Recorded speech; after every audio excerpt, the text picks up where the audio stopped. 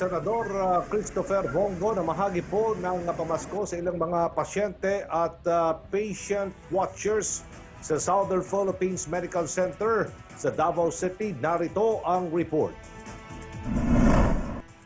Dahil nakagawian na taon-taon, kahit may pandemic ngayon, hindi nakaligtaan ni Senador Bongo ang magbigay ng pamasko sa mga watcher o bantay ng mga pasyente sa Balay Pahulayan sa Davao City. Nitong bisperas ng Pasko, naghatid ang senador ng mga pamasko sa kanila. Ang Balay Pahulayan ay pansamantalang pahingahan ng mga bantay ng mga pasyente sa Southern Philippines Medical Center.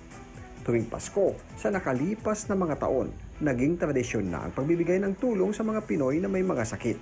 At sa kanilang bantay, para kahit papano, ay maibsan ang lumbay dahil sa kinakaharap na pagsubok sa kanilang kalusugan. Lisod tayo magpasko, nasa ospital yung mga pasyente, at yung yun matapalan sila.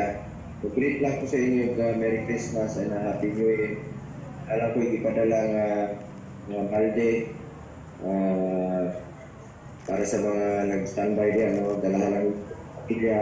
May pagkain, Christmas bucket na naglalaman ng pang Noche Buena, kasama ng mga mask at face shield ang inabot sa mga bantay ng mga pasyente sa Balay Pahulayan. Paalala niya sa kanila, huwag mawalan ng pag-asa. Pinasalamatan naman ng senador ang nangangasiwa sa Balay Pahulayan na si Don Banson at ang mga medical workers at hospital staff sa kanilang dedikasyon sa trabaho ngayong panahon ng pandemic. Ilan sa kanila ang tumanggap ng bike na magagamit sa pagpasok sa trabaho at tablets para sa pag-aaral ng kanilang mga anak. Pagtitiyak ni Go, tuloy-tuloy ang serbisyo at pagtiyak sa kanilang kapakanan sa ilalim ng Duterte administration.